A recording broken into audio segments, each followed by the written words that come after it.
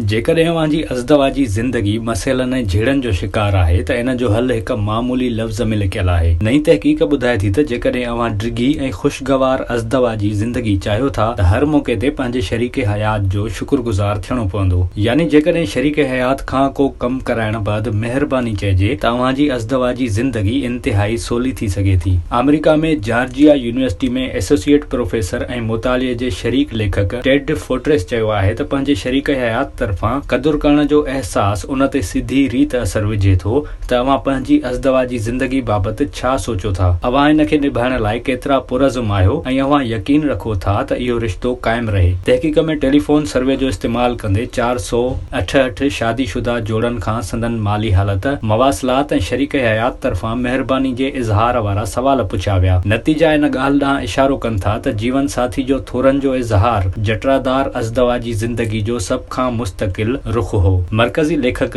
Elin बार्टिन जो चवणु हो त इन सां मामूली लफ़्ज़ महिरबानी जी ताक़त जो अंदाज़ो करे सघिजे थो।